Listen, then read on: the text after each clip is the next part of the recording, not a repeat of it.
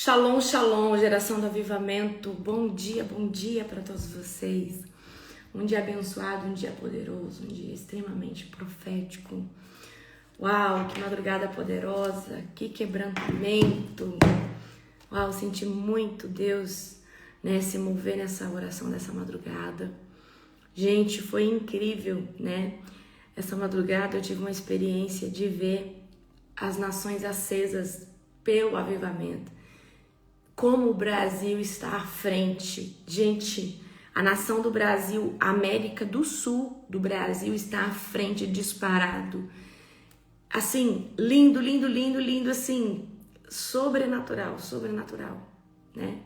Toda honra e toda glória ao Senhor Jesus. Eu via como se fosse pontinhos de luz, como se eu estivesse em cima, amém? A Argentina também vai viver um grande avivamento, a Bolívia, a Colômbia, o Panamá, o Brasil. O Brasil é disparado, porque o Brasil, pelo território, pela promessa que há pelo Brasil, amém? Então que você continue queimando, queimando. Glória a Jesus, aleluia. O Brasil realmente está gerando. O Brasil tem muitos focos de fogo, é sobrenatural. Uau, é muito bom saber que Deus está nos comissionando para fazer parte disso. Eu fico muito feliz do Senhor estar te comissionando para fazer parte disso, amém? O Brasil está cheio de fogo, tem muitos focos de fogo. Isso ainda não é nada mediante do que vai acontecer. Mas tem muitos focos fortes de fogo no sul, no norte, no leste, no oeste. E dentro da América do Sul, as nações que se destacam é a Argentina, Bolívia menos dessas que eu falei, né? Colômbia muito forte também. Panamá muito forte. Mas o Brasil é uma explosão de glória. Amém? O Brasil é uma explosão de glória. Aleluia. Toda a honra e toda a glória ao Senhor Jesus, por sermos essa nação que está com esse grande avivamento, esse grande mover sobrenatural. Eu fico muito, muito feliz. Toda a honra e toda a glória ao Senhor Jesus. Amém? Muito bom saber que Deus está nos comissionando para fazer parte de algo tão grande sobre a terra. Abram comigo em Ezequiel 43. Então a gente está vendo que Ezequiel tem a visão do templo. Ezequiel recebe as medidas do templo, recebe tudo. E agora no verso 43 a gente vai ver que a glória vai voltar ao templo, tá? Glória a Jesus, aleluia. Toda a honra e glória ao Senhor Jesus, amém? Vocês estão animados com Jesus? Hoje é terça-feira, 23 de dezembro, já estamos quase encerrando o nosso calendário gregoriano, que vai até dia 31 de dezembro. E aí em janeiro nós retomamos nossos jejuns, Então vocês aproveitam agora que vocês estão aí sem jejum, vocês aproveitam agora para vocês jantar, porque em janeiro o negócio vai ser estreito pro lado de vocês. Não é obrigatório, mas aqueles que querem acompanhar tem que se amoldar aí e viver junto, amém? Olha o apóstolo falando, desfrutem, verdade, desfrutem.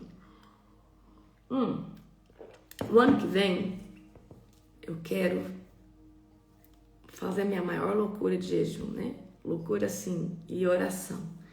Então vai ser poderoso demais o que o Senhor vai fazer, amém? A pegada do ano que vem é um jejum de 23 horas, mas se você não consegue 23, você vai fazer menos. Tá? Você vai fazer menos horas de jejum. Então, você pode fazer 20 horas, 18, 16. Lá, vocês vão ter um PDF e vocês vão ter a opção. Amém? Só que mínimo é 12 horas, gente. Mínimo 12 horas. Pra você falar assim, ó, hoje eu não jejuei nada, você fala, eu jejuei hoje 12 horas. Tá? Pra você falar assim, hoje eu não jejuei nada, você vai falar, hoje eu jejuei 12 horas, amém? Vai ser poderoso, tá bom? Glória a Jesus. Vocês estão afiados já, preparados? Shalom, shalom, pastora Maria Leite, saudade de você, minha querida. Shalom, shalom para todos vocês que estão chegando. Aí o apóstolo disse expansão, uma expansão sobrenatural. E eu sempre, quando vai chegando o final do ano gregoriano, eu peço para Deus o que Ele quer o ano que vem, né? Então, se eu fosse você, eu faria a mesma coisa. Falar, Deus, o que o Senhor quer de mim o ano que vem? Às vezes a gente acha que Deus quer da gente muito do que você fez esse ano. E às vezes não é o que Deus quer. Às vezes o que Deus quer de você não é isso aí, não. Às vezes o que Deus quer de você, para Ele te forjar em uma outra área. Então vamos supor que esse ano você louvou muito, fez muito devocional. Você vai continuar no seu secreto, mas talvez esse ano é o ano de você começar a evangelizar, é o ano de você começar a tirar para fora aquilo que já está transbordando dentro de você. Amém? Vamos orar para nós começarmos? Fecha os teus olhos.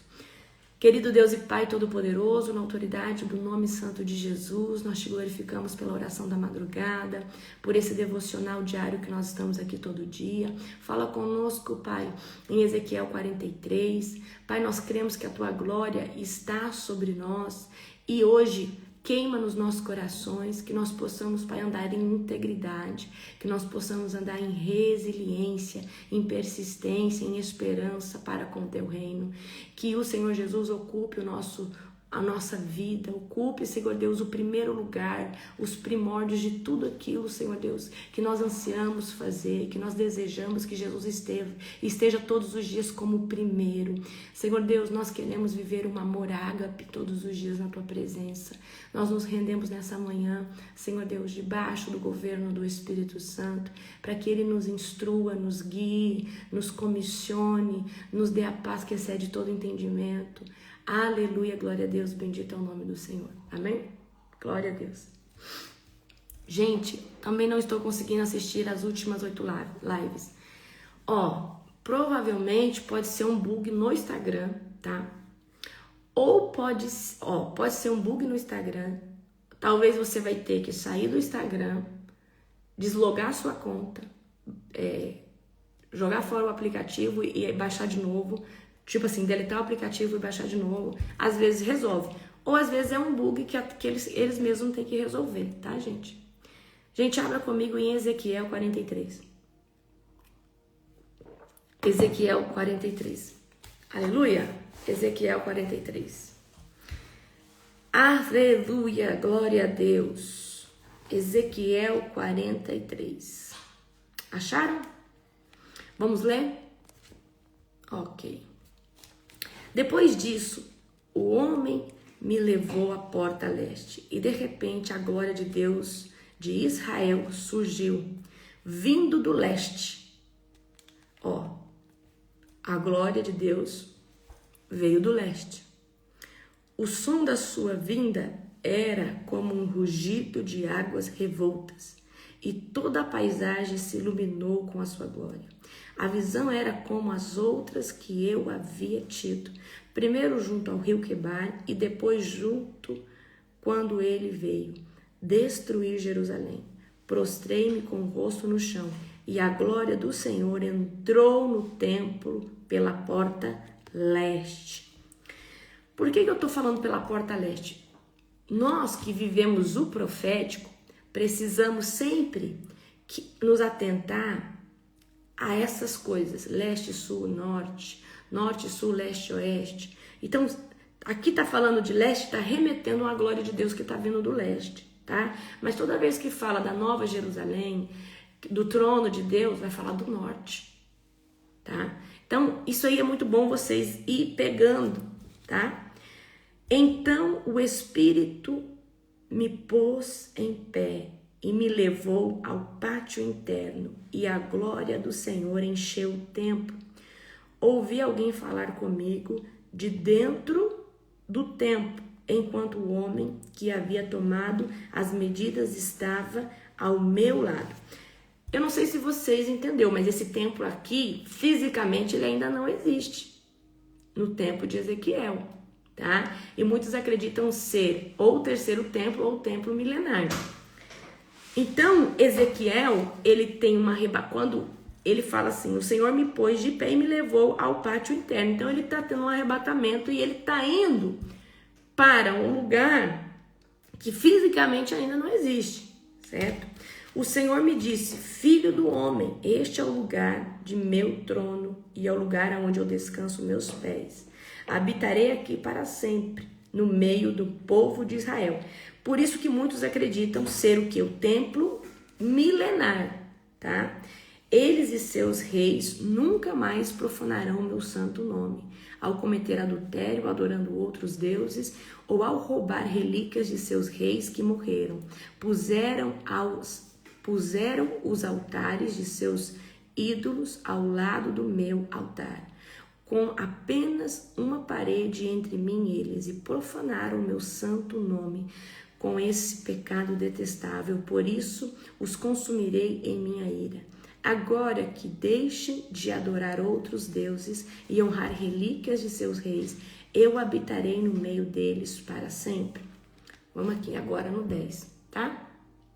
Certo? Filho do homem, descreva para o povo de Israel o templo que lhe mostrei, para que eles se envergonhem de todos os seus pecados, que eles estudem a planta do templo e fiquem envergonhados de tudo o que fizeram. Descreva-lhes todas as especificações do templo, incluindo as entradas e saídas e todos os outros detalhes. Fale de seus decretos e suas leis. Escreva todas as especificações e todos esses decretos diante do povo, para que se lembre deles e lhes obedeçam. Esta é a lei do templo. Todo o alto do monte onde está o templo, olha só, todo o alto do monte onde está o templo é santo. Sim, esta é a lei do templo. Agora aqui vamos no 13, tá? Glória a Jesus. Estas são as medidas do altar. Essas são as medidas do altar. Há uma calha ao redor de todo o altar de 0,5 metros de profundidade e 0,5 metros de largura, com uma borda de 23 centímetros à sua volta. Esta é a altura do templo da calha. O altar se eleva por 1 metro até uma borda inferior ao seu redor, com 0,5 metro de largura da borda inferior do altar, se eleva por 2 metros. Até a borda superior, que também tem 0,5 metros de largura, a parte de cima do altar onde fica o fogo se eleva a 2 metros, com um chifre em cada um dos lados dos 4 cantos. A parte de cima do altar é quebrada, com 6 metros de cada lado. A borda superior também forma um quadrado com 7 metros em cada lado. Uma calha com 0,5 metro de saliência de 25 centímetros ao redor da borda, a degraus do lado leste do altar. Então ele me disse, filho do homem, assim diz o Senhor soberano, estas serão as regras para queimar as ofertas e a aspersão do sangue, da aspersão do sangue depois que o altar for construído. Nessa ocasião, os sacerdotes e levitas da família de Zadok, aqueles que servem diante de mim, devem receber um novilho para uma oferta pelo pecado, diz o Senhor soberano. Você pegará um pouco de sangue de novilho e aplicará aos 4 chifres do altar, aos 4 cantos da borda superior e a saliência em volta da borda. Com isso, purificará o altar e fará expiação por ele. Em seguida, pegará o novilho para a oferta pelo pecado e o queimará no lugar indicado, fora da área do templo. No segundo dia, apresentará como oferta pelo pecado um bode sem defeito. Em seguida, purificará o altar e fará expiação por ele novamente, como fez com o novilho. E quando tiver terminado a cerimônia de purificação, apresentará outro novilho sem defeito e um carneiro perfeito do rebanho. Você você os oferecerá ao Senhor, e os sacerdotes espalharão sobre eles e os apresentarão como holocausto ao Senhor. Todos os dias, por 7 dias, você apresentará um bode, um novilho e um carneiro do rebanho como oferta pelo pecado. Nenhum desses animais devem ter qualquer defeito. Fará isso todos os dias, por 7 dias, e para purificar o altar e fazer expiação por ele. E desse modo separá-lo para o uso sagrado. No 8º dia e a cada dia depois disso, os sacerdotes oferecerão no altar holocaustos e ofertas de comunhão do povo. Então eu aceitarei vocês. Eu sou o Senhor soberano, falei. Amém? Nós estamos em Ezequiel 43, para quem está perdido, tá? Então a gente vê, né, Deus mostrando para Ezequiel esse exemplo de templo, tá? E ele fala agora, fala para o povo o que você viu, fala para o povo as especificações para que eles tenham vergonha, né, do tempo que eles estão fazendo aí no tempo, né, naquele tempo, certo? Então, aqui está mostrando, né, Deus está trazendo a explanação do que seria um templo de adoração perfeito, um templo de adoração genuíno, amém? Especulações, né, os teólogos pensam, acreditam que esse templo aqui ou é o terceiro templo que está por vir, que será em Israel, para o povo de Israel, ou pode ser o templo milenar. Mas isso só Deus sabe, amém? Deixa eu trazer aqui para vocês uma coisa, para ajudar vocês. Vocês podem colocar, sabe aonde? No Google, ou no Google eu acho que é melhor, ou no Pinterest. Coloca lá, Templo de Ezequiel, que aí vai aparecer imagens para vocês de qual é a configuração desse templo, tá? Coloca lá no Google, no Pinterest, pode ser que apareça, para vocês começarem a ter noção de como tá, né? Que a gente tá lendo toda a arquitetura, as medições, então vai ajudar muito vocês a entender o que está sendo falado aqui, porque às vezes vai falando tantos metros para a direita, para a esquerda, do norte, sul, leste, oeste, amém? E aí às vezes fica um pouquinho complicado, tá? Glória a Jesus, amém, povo de Deus? Ok, deixa eu ver o que eu preparei para vocês hoje. Tá, hoje nós vamos entrar em outro tipo de classificação, certo? A gente vai entrar em outro tipo de classificação que eu vou trazer. Deixa eu só achar aqui a referência que eu quero. A gente vai entrar hoje em outro tipo de classificação. Eu falei para vocês das classificações primordiais, tá? Deixa eu ver aqui.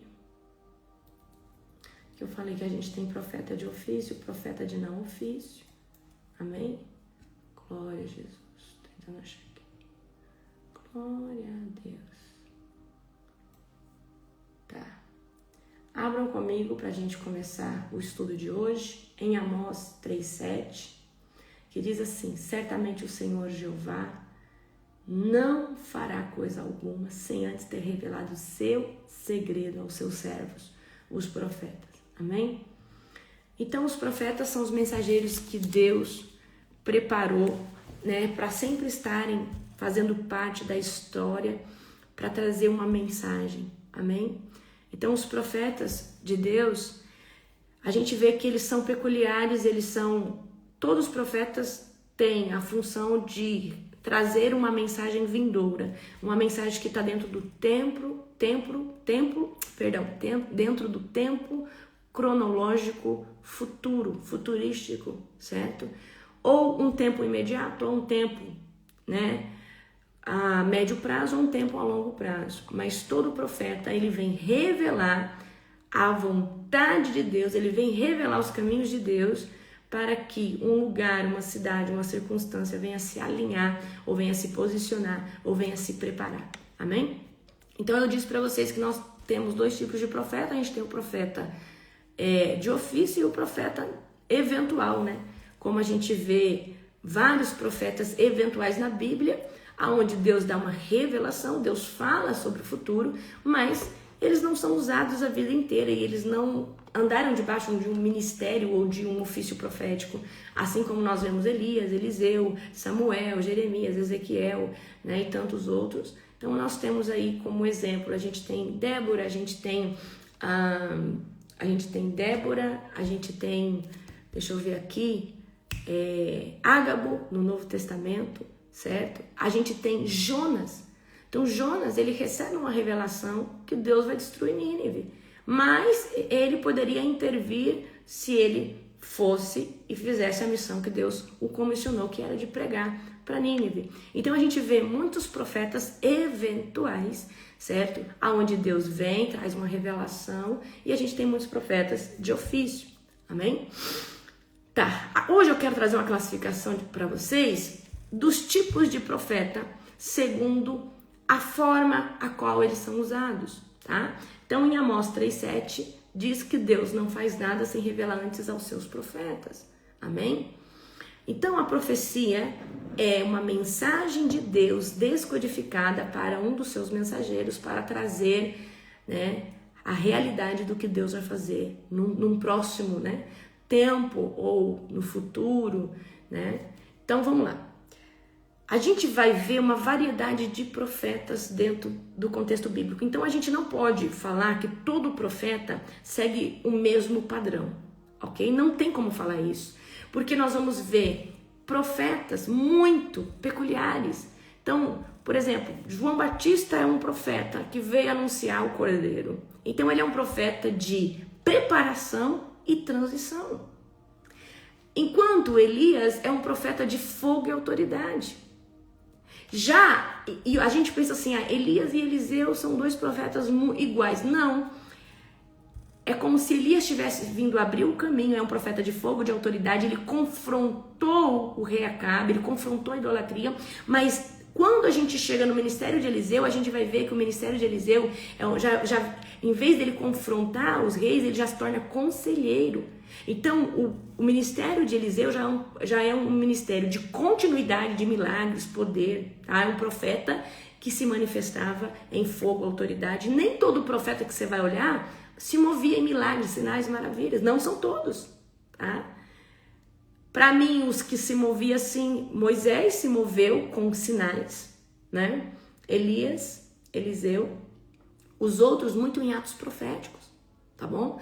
Então, o que eu quero trazer hoje para vocês é exatamente essa classificação, tá? Então, por exemplo, a gente vai falar igual, hoje, o que é um profeta de fogo e autoridade, tá? A marca principal de um profeta de fogo e autoridade é um profeta que confronta, traz juízo, visível, tá? Então, o profeta de fogo e autoridade, a gente também pode chamar um profeta de juízo, amém? Qual que é a marca principal desse profeta? É um profeta que confronta, é um profeta que traz juízo, o que Deus vai fazer sobre aquele local, certo? Então, qual que é a função dominante desse tipo de profeta? Qual que era a função dominante de Elias? Confrontar, tá?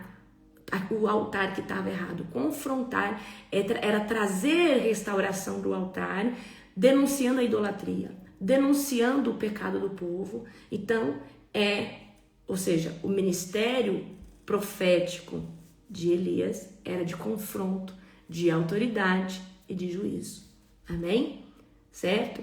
E hoje Deus tem levantado também, né, na face do globo da terra, profetas assim. Profetas de confronto, de autoridade, de juízo. Amém? Glória a Jesus. E quando que Deus usa esse tipo de profeta? Quando nações, lugares estão vivendo uma época de muita apostasia, de muita idolatria, de muito misticismo, de muita mistura, pessoas que estão vendidas ao sistema, e Deus vai levantar profetas de autoridade, de fogo, de juízo. Amém? Aí nós temos os profetas de revelação e de visões, e um dos exemplos aqui é Ezequiel. Ezequiel é um profeta de revelação e um profeta de visão. Então, são pessoas que Deus levantou dentro de um ministério profético, tá? Para mostrar revelações profundas, revelações daquilo que está por acontecer, tá? Revelações simbólicas ou estruturais. E a função é o quê? Mostrar a realidade, mostrar as coisas que estão por vir. Então a gente vê o ministério profético de Ezequiel. Ele é um profeta de revelação, um profeta de visão. Então Ezequiel tem a visão do trono. Ezequiel também faz muitos atos proféticos, né? Essa revelação do templo que Ezequiel está tendo aqui no 43 é uma revelação muito complexa, queridos. Certo? É uma revelação muito complexa, muito detalhada. Então, a gente vai ver que Ezequiel, ele deveria ter os sentidos espirituais muito refinados, porque ele fala assim, o Senhor me colocou de pé e me levou, e eu vi. Então, ele é um profeta que está vendo, tá? Esse profeta, ele está vendo tudo.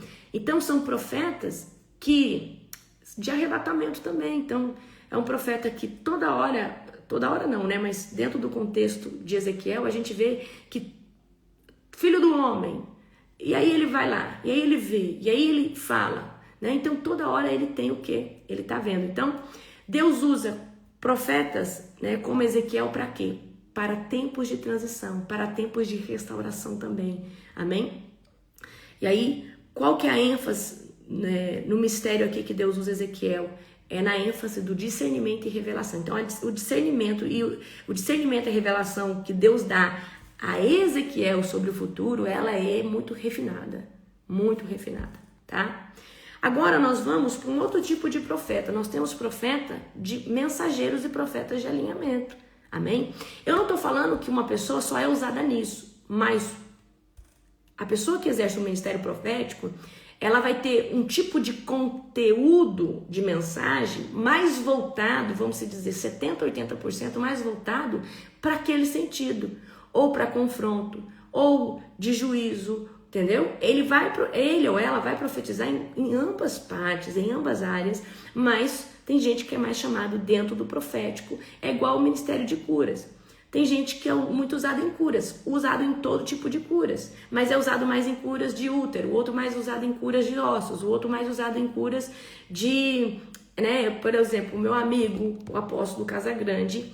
Gente, como que Deus usa o Casagrande em curas de olhos, né, de visão e curas de audição? É incrível, é muito, tá? Mas ele já viu todo tipo de cura durante toda a sua jornada ministerial. Uma vez eu conversei com ele e ele acabou trazendo isso para mim.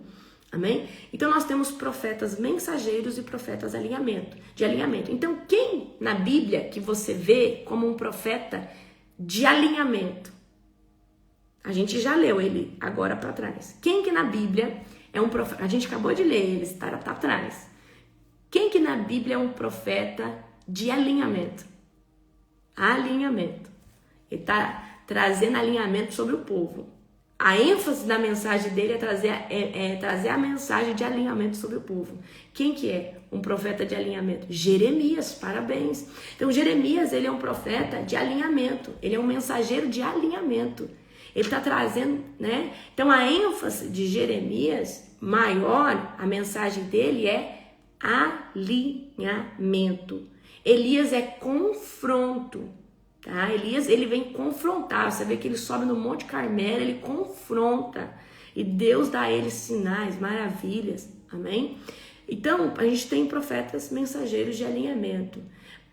E aí, esses profetas de alinhamento, eles vêm trazer correção, exortação, direção. Amém? Gente, eu carrego esse manto de alinhamento, tá?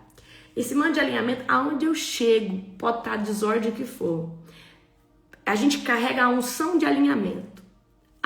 Eu falo, a apóstola Jerusa fala assim, a apóstola Larissa, ela já avisa o povo dela lá. Gente, quando a apóstola Larissa vem, é uma guerra antes, durante e depois. Por quê? Satanás sabe que aonde nós chegamos, nós fazemos o quê? Alinhamento. Aonde nós chegamos, tudo aquilo que está em desordem, nós vamos trazer a ordem para que a engrenagem do reino volte a funcionar. Então Deus, ele me deixou sem muito filtro de ficar. Então, assim, o que eu tenho que falar, eu falo aqui, eu falo, isso aqui tá errado, tem que melhorar, porque senão o reino de Deus não funciona. E antes de tentar agradar qualquer pessoa, para mim está o reino de Deus. Eu sei que pessoas tem coração almático, doente, às vezes dodói, mas antes está o reino de Deus. E o reino de Deus, ele vem como maior importância do que... Eu prefiro ajeitar aqui o reino de Deus do que alguém ficar chateado, mas o reino de Deus funcionando bem, todos vão funcionar bem dentro daquele ministério. Amém? Então nós temos os profetas de alinhamento, tá? Profeta de alinhamento tem palavra pesada, tá? Profeta de alinhamento, ele traz convocação ao arrependimento, ele toda hora tá falando de pecado, e aí toda hora o Espírito Santo vai usar as palavras dele para ruminar dentro do coração daquela pessoa. Profeta de alinhamento, quando ele lança profecia que confronta o emocional das pessoas, confronta as decisões, tá? Quando ele profetiza, confrontador demais, tá? E qual que é a marca principal? Correção, exortação, direção. E a ênfase da mensagem é alinhar o povo à vontade de Deus, é alinhar o povo ao reino de Deus, tá? Então, a ênfase sempre da mensagem de um profeta de alinhamento é obediência e fidelidade. Obediência e fidelidade. Amém? Deus vai usar profetas assim quando o lugar está... Ou seja, lugares, circunstâncias estão em decadência espiritual. Tá? Então a gente falou aqui, profetas de fogo e autoridade, que só foram usados para confrontar o sistema, Elias. Profeta de revelação e visões, tá? A gente tem Ezequiel. Tô dando um exemplo de cada um, mas quando nós fizermos a escola profética, vocês vão ter os exemplos, as referências, a característica de como esse profeta funciona. Vai estar bem bonito, tá? Vocês vão ter uma apostila bem legal. Profeta mensageiro de alinhamento, nós temos Jeremias. Aí nós temos profeta, agora quem que você crê que foi um profeta de intercessão e quebrantamento?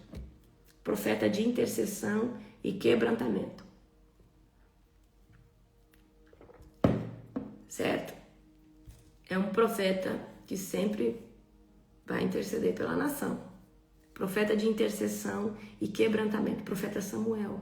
Profeta Samuel, desde cedo, Deus falou com ele, ainda quando ele era jovem, né? Deus o chamou profeta. Então, profeta Samuel é um profeta de intercessão e um profeta de quebrantamento. Amém? Então, a gente tem profetas que eles profetizam por causa do nível também deles de intercessão. Então, quanto mais eles intercedem, mais sentem eles derramam suas lágrimas, eles clamam, tá? Então eles vão fala assim, interceder pela nação, interceder pelo povo, amém? E a função dominante deles é falar, Deus, sustenta esse povo, né? Ele vai interceder por aquele povo, amém? Então, o profeta de intercessão e quebrantamento é um profeta que ele vai profetizar sobre as pessoas, mas ele é um profeta muito sensível, ele intercede pela nação, ele exerce um governo, né, um governo profético muito forte, né, ele tem um coração mesmo de um sacerdote, amém?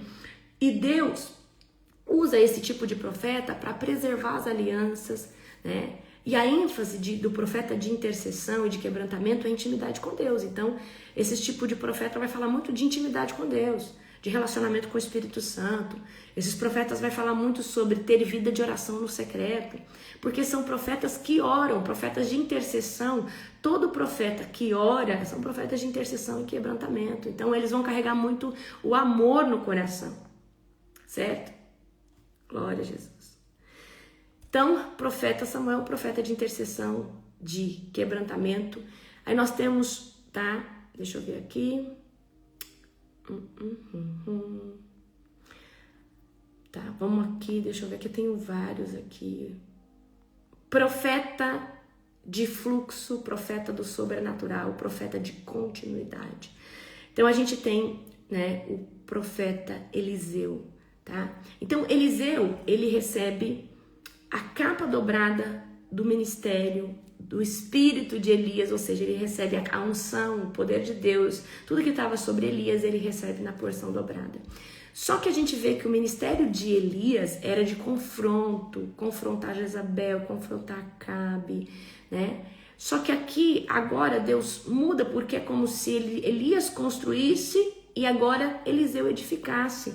Então a gente vai ver milagres dobrados, tá? E a função do ministério de Eliseu, que é profeta de manter o fluxo, profeta de manter o sobrenatural. Então, Eliseu vem para sustentar o mover, né, que já havia sobre a vida de Elias, né, naquele tempo, naquela era. Então a gente vê aqui os milagres continuando, cura, provisão, restauração. Então aqui a unção, ela permanece. Então Eliseu, ele atua como um profeta de continuidade.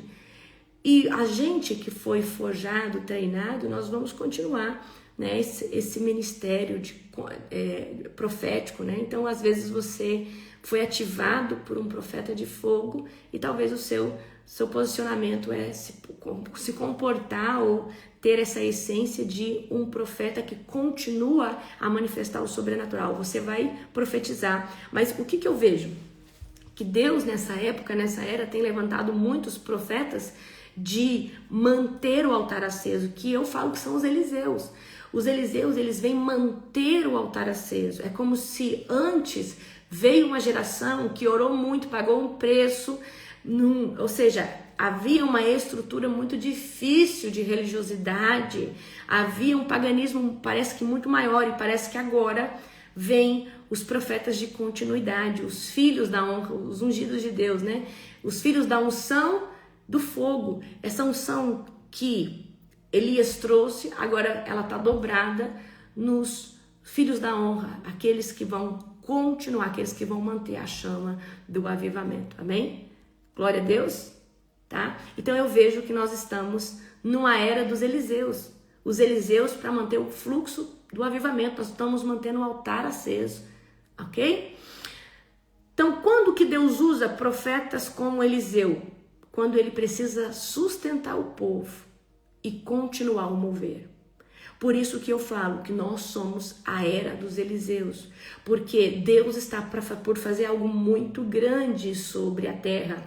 O ano que vem, Deus falava para mim que nós vamos viver uma grande onda de avivamento, grande. Só que ainda não é aquilo que Deus vai fazer. Nós vamos viver, queridos. Já escutou falar sobre o último avivamento? Ainda não é ele, mas nós já estamos, como se as turbinas já estão sendo ligadas. E o ano que vem uma grande turbina dessa engrenagem do avivamento, ela liga. E Deus falava, só vai suportar aquele que está na minha presença, aquele que é genuíno, aquele que de fato está me buscando. Então o ano que vem uma grande onda de avivamento. E só vai suportar aquele que está na presença, aquele que não está vendido, aquele que está... Só vai suportar isso. Amém? Glória a Jesus. Então, nós somos dessa era. Nós somos os Eliseus. Essa era desses profetas que Deus está levantando. Mas no meio de todos esses profetas, Deus pode levantar profetas de alinhamento, profetas de aquebrantamento, profetas, né, de autoridade, profetas, ou seja, de continuidade. E o que eu quero que você entenda? Que por mais que você fale mais uma mensagem, não significa que você não possa ser usado em outras essências. Então nós estamos falando a essência daquele profeta. Então a gente falou aqui, por exemplo, vou trazer aqui para quem chegou agora por aqui. Profeta de fogo, de autoridade e confronto, nós estamos falando de Elias. Profeta de revelação, de visões, nós estamos falando de Ezequiel. Profetas de mensagem de alinhamento, nós estamos falando de Jeremias. Profetas de intercessão, quebrantamento, nós estamos falando de Samuel, tá? Glória a Jesus. Profetas, deixa eu ver aqui, eu passei alguns. Profeta de fluxo, de continuidade, de sustentar o mover, nós estamos falando de Eliseu, amém? Profeta de interpretação dos tempos, Daniel, certo? Daniel. Profetas escatológicos, Daniel também. Profetas escatológicos, João. Então, profeta de interpretação dos tempos, vamos colocar aqui Daniel, João, certo? A marca principal aqui é o entendimento das coisas vindouras que estão por vir. Então, Deus aqui vai revelar os tempos, tá? Através de sonhos, vai revelar reinos, épocas, eras, certo? Então, Deus vai trazer a esse profeta o que está por vir. Então, nós temos, de Gênesis a Apocalipse, nós temos um desenho do que vai acontecer. Isso é um fato. Então essas são de Gênesis a Apocalipse, tudo que está na Bíblia, né? Nós estamos falando, esse tempo escatológico de que Jesus vai vir, tudo que está lá são profecias incondicionais, não dependem do homem. E nós temos as profecias condicionais, aquelas que dependem do posicionamento de uma pessoa. Então, para de achar que você recebeu uma profecia e ela é obrigatória a se cumprir. Se ela for uma profecia condicional, que eu creio que seja, porque para ser incondicional tem que ser ou sobre uma circunstância, porque, queridos, até mesmo, olha só, Deus não falou que ia destruir Nínive? Sim ou não?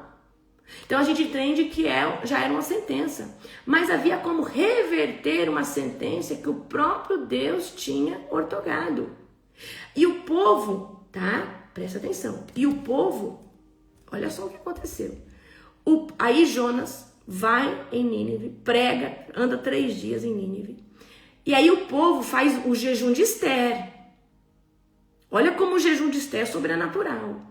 O jejum de Ester tem, né, uma influência muito grande no mundo espiritual. Então, Jonas prega 3 dias, o povo faz o jejum de 3 dias, nem os animais, nada podia beber e comer. 3 dias Deus tira a sentença de destruição de Nínive. E Jonas fica irado. Porque Jonas, ele queria que Nínive fosse destruído. Porque ele era um profeta orgulhoso. Queridos, e nós precisamos ter um coração rendido a Deus. Existem profecias condicionais e incondicionais. E Deus, ele pode revogar mediante o arrependimento. Amém? Agora, existem profecias de destruição lá em Apocalipse que são irrevogáveis, já está selado, está feito, não tem o que fazer. Amém? Mas nesse caso, Deus levantou o profeta Jonas, que é um profeta eventual. Ele foi levantado para essa missão específica. E aí ele subiu, tipo assim, no ápice, numa montanha, ele queria que Nínive fosse destruída. Porque ele queria que acontecesse segundo o que ele falou, tá? Então, ainda que, porque Nínive havia matado os pais de Jonas, mas nós precisamos exercer o amor. Então não é, gente, uma cidade inteira não pode morrer por causa de uma circunstância. Nós estamos falando de uma cidade inteira. Então é isso que os profetas têm que tomar muito cuidado com o espírito de Leviatã. O que é o espírito? O que é essa era desse principado Leviatã? Era de orgulho, muita tecnologia, obesidade cerebral de informações, sem pôr em prática. É um povo que está muito viciado em tudo que é tela, mas não consegue viver no tempo presente, viver um tempo com Deus. Amém? Então a gente tem hoje muitos profetas que não são tratados na alma. Estão toda hora vingativos e usam da autoridade que eles carregam para lançar palavras de maldições sobre pessoas. Isso aí já não é mais um profeta, é um bruxo gospel. E tem muito, queridos, em Tiago fala que não pode sair 2 tipos de água de uma boca, 2 tipos de água de uma fonte. Ou seja, ou você escolhe ser um abençoador ou você escolhe ser um filho das trevas para amaldiçoar. Porque quem amaldiçoa, filho de Deus que não é. Amém?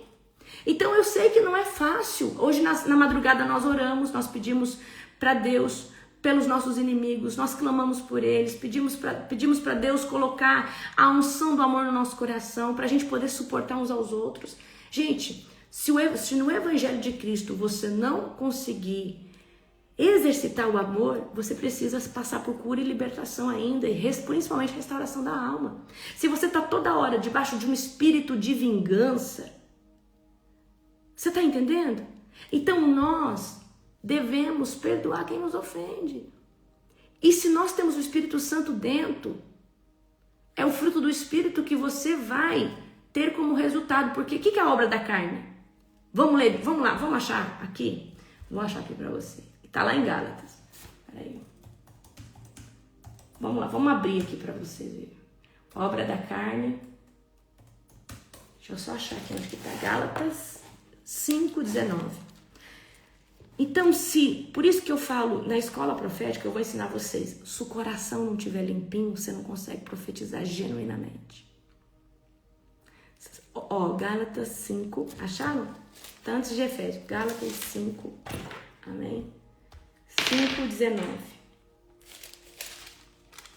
Gálatas 5:19.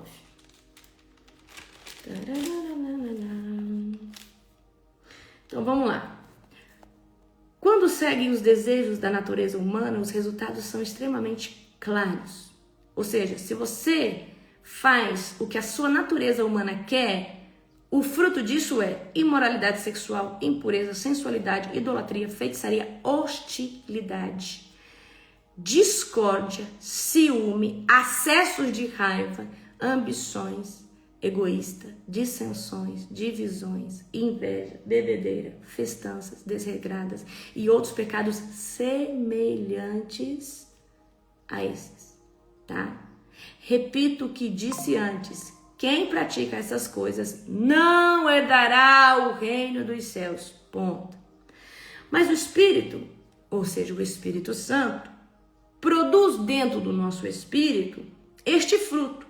É um fruto que tem 9 gomos. Vamos lá. O amor, alegria, paz, paciência, amabilidade, bondade, fidelidade, mansidão e, para mim, um dos muito importante aqui, domínio próprio. Então, queridos, não adianta a gente querer ser espiritual, querer ser um profeta e a gente viver ainda manifestando as obras da carne.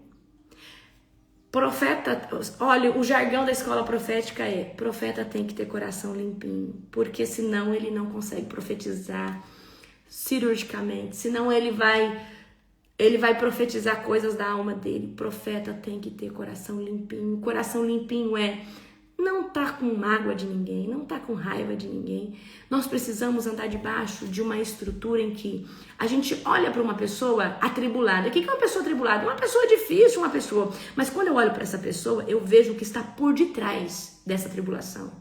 Mas eu não olho de fato para a pessoa em si, porque eu sei que essa atribulação que ela está é momentânea e pode ser transformada pelo fruto do Espírito Santo, pela manifestação do Espírito Santo.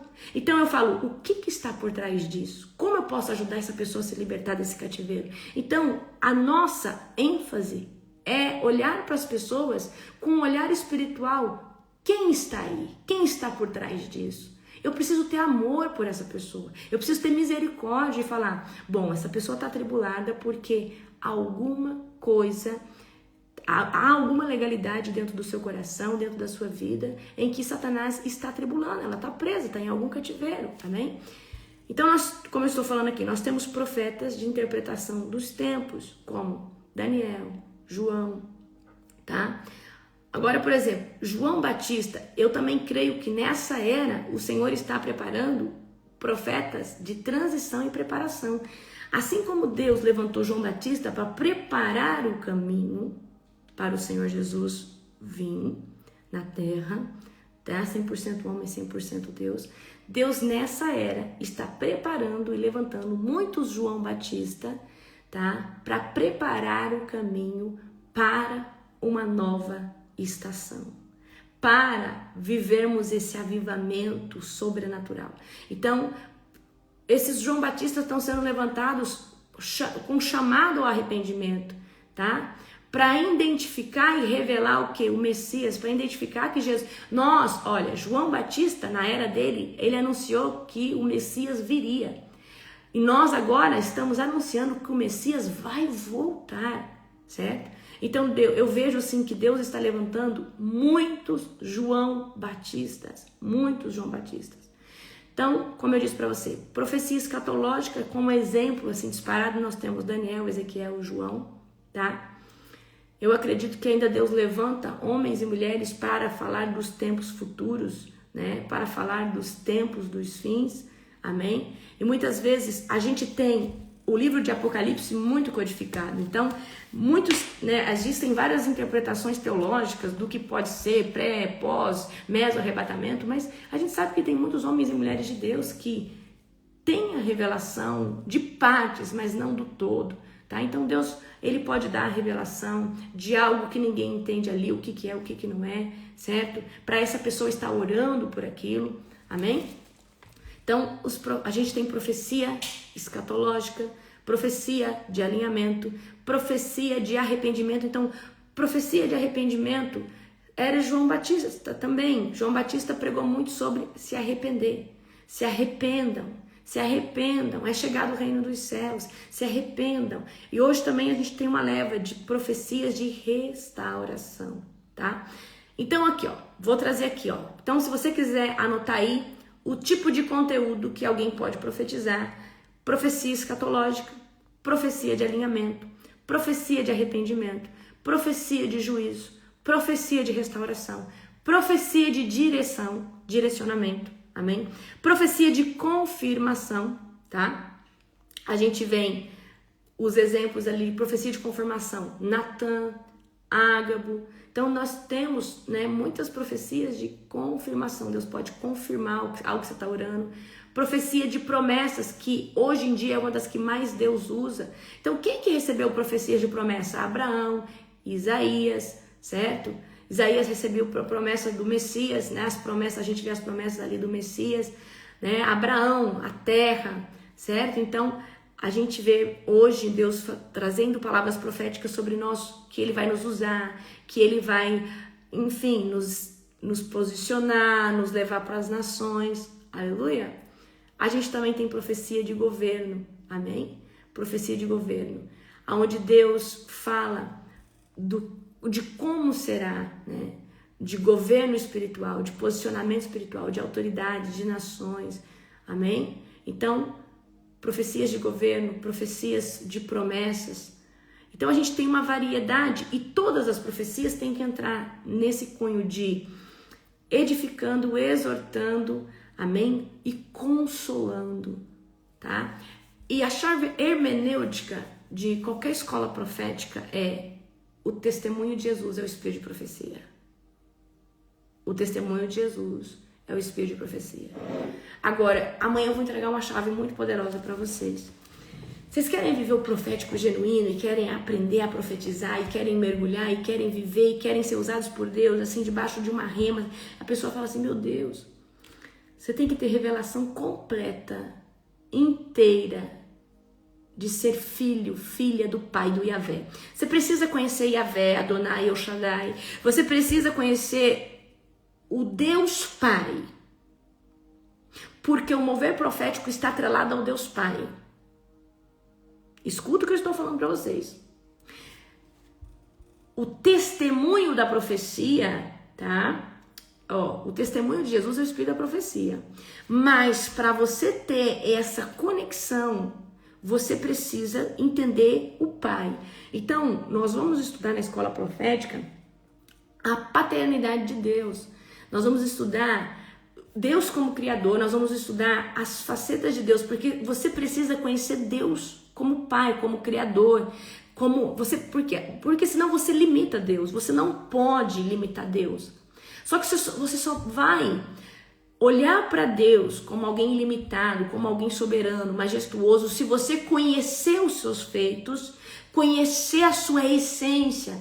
Então, na escola profética, eu preciso ensinar para vocês a essência do Pai, tá? É igual o ministério de libertação. Você precisa entender as obras de Jesus e entender o Filho e entender a autoridade que existe no nome. Porque se você não entender, você vai ser um libertador limitado. Então, queridos, e o avivamento? O avivamento está muito atrelado à pessoa do Espírito Santo. Então, se você não conhecer o Espírito Santo, não cultivar um relacionamento com ele, não tem como você viver. Você vai ver todos os avivalistas, Catherine Kuhlman, Kenneth Hagin, o Ben-Hur, todos os grandes avivalistas do mundo, todos. Você vai ver, eles têm um negócio com o Espírito Santo. Todo grande libertador, ele tem um negócio com o sangue de Jesus. Tem um negócio com o nome de Jesus. Revelação do nome, autoridade do nome de Jesus. Por quê? É como se fosse uma chamada, né, ali. Por exemplo, a gente tá falando do profético. Então, o profético está muito atrelado o quê? a pessoa de Deus, a essência de Deus. Então, se você vê Deus como mal, vê Deus como castigador, você precisa conhecer a plenitude, a essência de Deus, o Yahvé. E uma das coisas pelo qual você pode começar estudando os nomes de Deus e o que significa. Amém? E o que significa. Então, Deus, se você não conseguir viver a paternidade de Deus, você vai ter um ministério profético, uma jornada profética limitada. Então, Deus é o Pai. E você precisa ter orações diretas com o Pai. Toda oração a Deus é através do Filho, sim ou não? Então, a gente ora a Deus, só que tem gente que fala só com Jesus, fala só com o Espírito Santo. Mas o que eu vou ensinar para vocês na escola profética é ter intimidade com o Pai. É chegar na sala do trono, é se curvar a Ele e falar: Pai, eu estou aqui para te adorar, para falar que o Senhor é soberano, que eu te amo sobre todas as coisas, que o Senhor é Jeová Jireh, Jeová Nissi, Jeová Sabaoth. E você começa a falar os nomes de Deus, aí daqui a pouco a lágrima, puf, já cai. A presença vem rápido demais.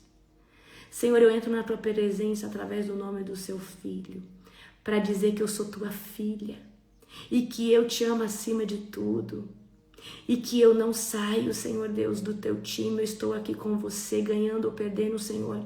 Pai, conta comigo. Amém? Então, eu vou falar sobre isso para vocês. E quando você entra na sala do trono, eu vou ensinar uma oração poderosa para vocês entrar na presença do Pai. Toda oração é através do nome de Jesus. Só que essa oração você vai direcionar para falar com o Pai, aquele que te criou. Fala: Senhor, me ensina a ser parecida com a tua essência. Coloca, Senhor Deus, aquilo que precisa ser colocado dentro de mim. Arranca de mim, Senhor Deus, tudo aquilo que não condiz com aquilo que o Senhor quer fazer. E assim você vai orando e as lágrimas descem. Gente, eu falo pra você, eu sou apaixonada no Pai. Eu sou apaixonada na presença de Deus Pai. Vocês não sabem o quão poderosa é. Amém?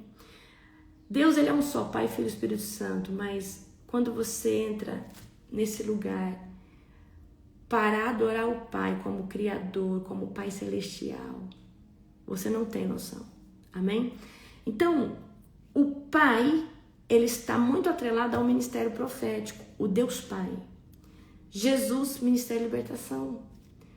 Espírito Santo, ministério de avivamento. Então, por isso que nós precisamos ter muita intimidade com a pessoa de Cristo. Nós precisamos ter revelação com a pessoa de Jesus, com a pessoa do Espírito Santo que hoje está aqui, intercedendo por nós, nos motivando, ruminando dentro de nós uma pregação que a gente acabou de assistir para nos moldar. Gente, a única pessoa que convence qualquer pessoa do pecado e da justiça é o Espírito Santo de Deus. Amém? Glória a Jesus. Então hoje a gente viu que existem, profetas, amém? Que são usados mediante a sua função, mais na função de autoridade, mais na função de exortação, de confronto. E isso também há uma classificação nessas coisas. E talvez Deus te chamou para ser um profeta de batalhas, né? Então tem os profetas de batalha, são profetas de intercessão de guerra. Eu sou uma profetisa de intercessão de guerra. Por que eu consigo me mover tanto na oração de guerra? Porque por causa de conseguir ver, igual hoje eu na oração, é como se eu estivesse em cima das nações e aí eu estava vendo o fogo do avivamento, né? Eu chegava nos Estados Unidos, aí eu via uma parede de ferro em cima, como é uma resistência, e na parede de ferro eu via a palavra orgulho, soberba, altivez, prepotência. Então é uma nação que por causa do orgulho a glória de Deus não está conseguindo entrar. Chegava na África, eu vi uma terra amaldiçoada. E muito sangue derramado. E o Senhor falava para mim orar, quebrando. Então, o Satanás hoje tem muito território dentro da continente africano, porque houve muito sangue derramado ali. Então, nós precisamos orar pela África, pelas crianças, porque aí eu tive a imagem de crianças bem pequenininha, correndo dentro da África. E o Senhor falava, ore por essa geração nova que está vindo. Eles vão conseguir entrar na Terra Prometida. Mas essa Terra Prometida é do avivamento. Essa terra prometida é uma terra que emana leite e mel. Então, o que eu via na África? Deus está levantando uma geração, crianças. Eu via crianças de 5, 6, 7, 8 anos. Essas crianças, elas vão viver esse avivamento. E Deus falava, ora por eles. Então, eu estava orando ali, amém? Na Oceania, eu via incredulidade, falta de fé. Eu via um povo surdo, com coisas no ouvido. Eles não conseguem entender o sobrenatural. Eles não conseguem. Então, é um país muito cego, muita resistência, assim como na Ásia. A Ásia eu via os tronos culturais. Então, eles são cegos pela cultura, cegos pelas coisas, né, que vem sendo ensinadas. Então, nós temos que orar, quebrando e orar intercedendo. Quer ter autoridade a nível global? Ore pelas nações, ore pelos missionários, ore pelos altares, ore pelos pastores, ore por pessoas que você nem sabe quem são, mas só o fato de você orar, Deus sustenta essas pessoas através da sua intercessão. Amém? Então amanhã eu vou falar para vocês, tá? Sobre como primeiro a gente tem que construir o que? Um alicerce profético, que eu falo que é um relacionamento com Deus Pai. Se você não tiver um bom relacionamento com Deus Pai, você não consegue ter uma base profética, tá? Vocês não conseguem ter. Então, eu acho que tudo no mundo espiritual, tudo que Deus faz, primeiro, Ele nos faz construir um alicerce. Eu não sei o que eu estava fazendo, Deus me mostrou que a Global apenas está terminando o alicerce de fundamento.